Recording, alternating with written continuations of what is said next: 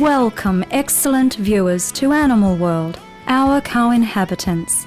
The Animal Rights and Rescue Group, an Australian non-profit organisation founded by Barbara Stephenson in 1995, seeks to rescue homeless, abused, abandoned and unwanted animal companions and place them with foster carers until they can be taken in by a suitable home. It is the only no-kill rescue group in the Northern Rivers region in the state of New South Wales. No kill means that no animal is ever euthanised unless they are so seriously injured or ill that they cannot be saved. Well, I moved to the region about 20 years ago, and then just in a matter of a few years I realised there was situations here that needed action to do with animal welfare and cruelty. I've been involved with animal welfare issues and animal rights for many, many years, and I wanted the message to get through that it wasn't only about rescuing animals, unwanted animals and abused animals. It was representing their rights too, because without their rights then this can continue. And so it was important for me to let the people know that there was an element of fighting for their rights as well as rescuing them from their current situation. Miss Stephenson began small, using her own home to house animals for a number of years. We always knew we wanted to expand the program. I mean, this region is a large region that we deal with, and you know, you always feel as if you're only helping such a small number that you want to do so much more. And originally we operated from my home for 8 years, and I had turned a lot of the outdoor areas into areas for the foster dogs, so a lot of them lived with me. And then the foster care program grew, and we got more foster carers on board, cats and dogs.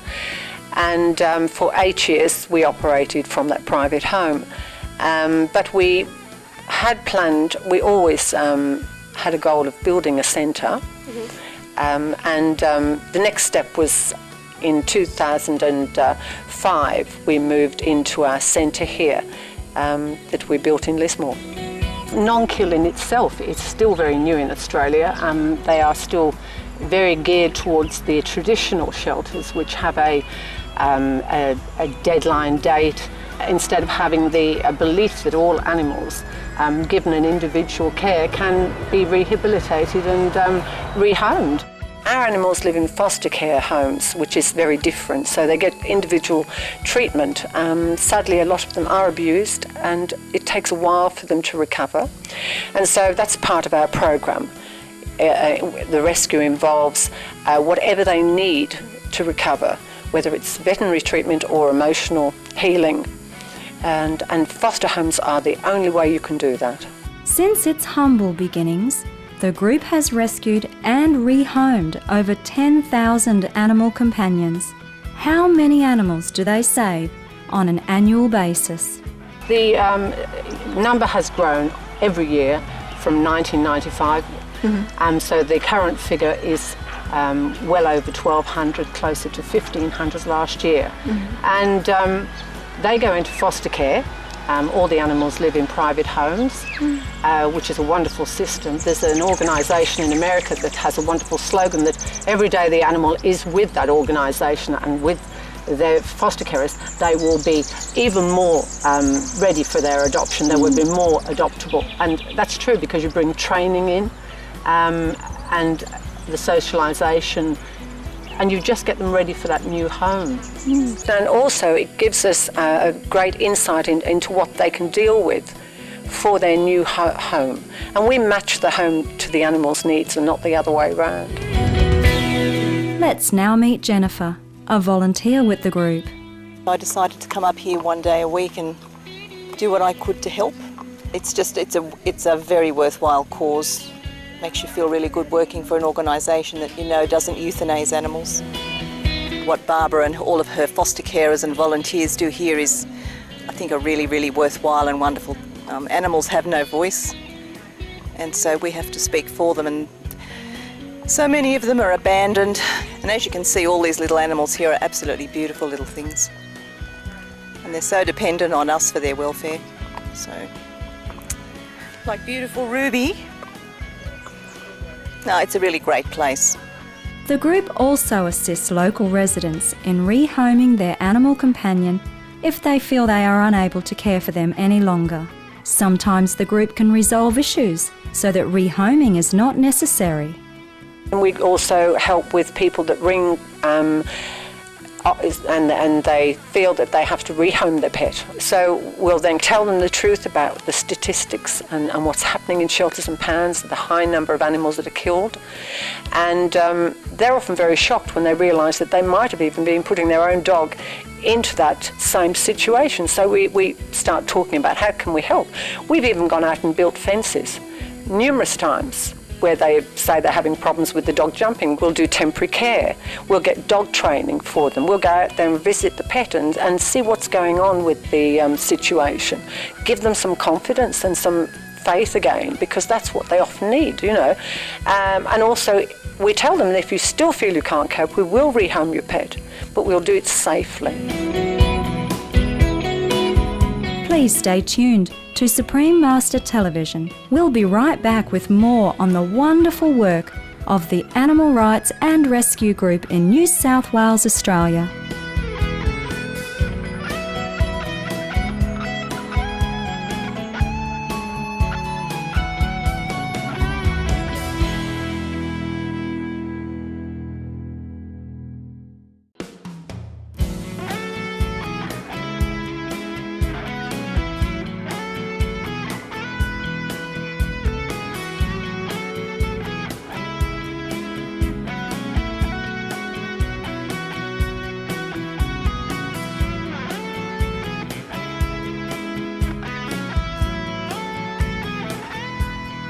Welcome back to Animal World, Our Co-Inhabitants, featuring Barbara Stephenson, vegan founder and president of the Animal Rights and Rescue Group in New South Wales, Australia.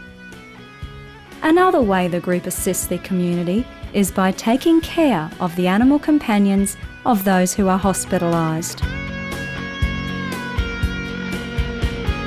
So we looked at how we could expand reaching to the pets to help them through people.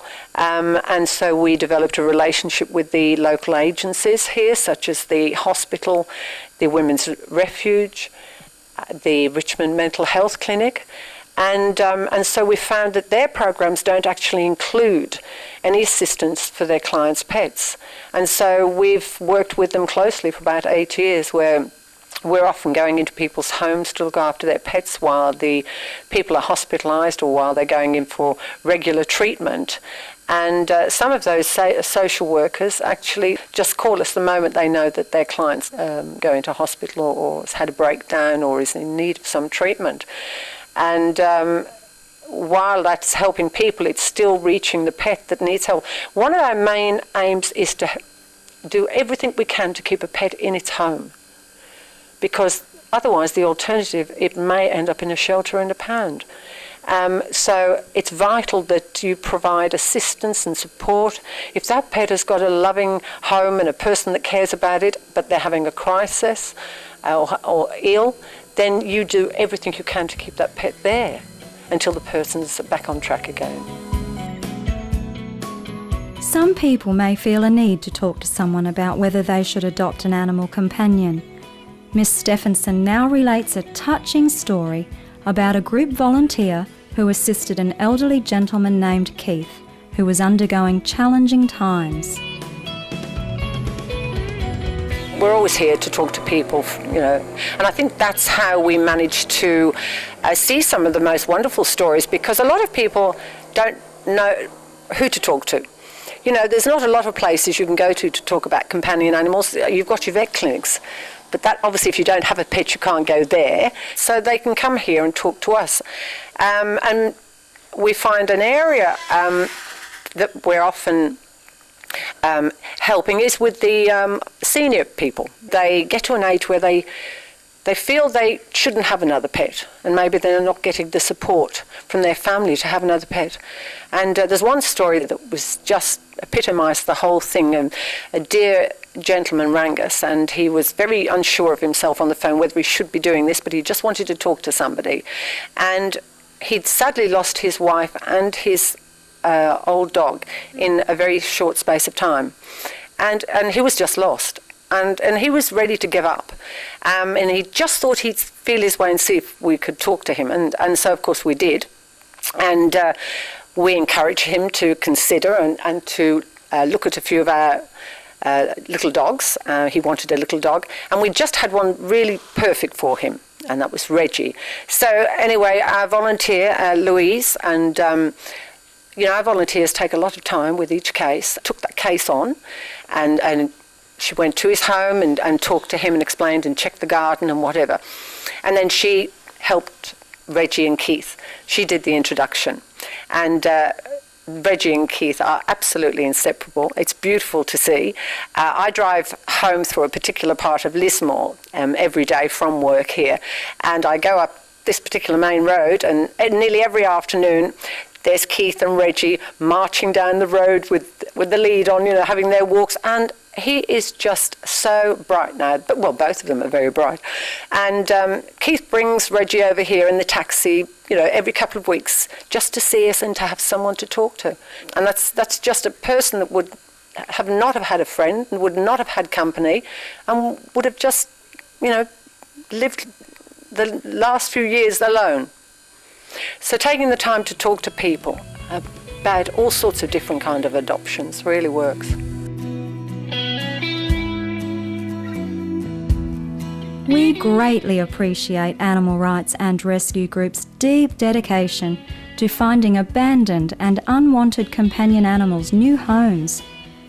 Please join us again tomorrow on Animal World, Our Co-Inhabitants, for part 2 of our program, where we will feature the presentation of the Shining World Compassion Award to Barbara Stephenson.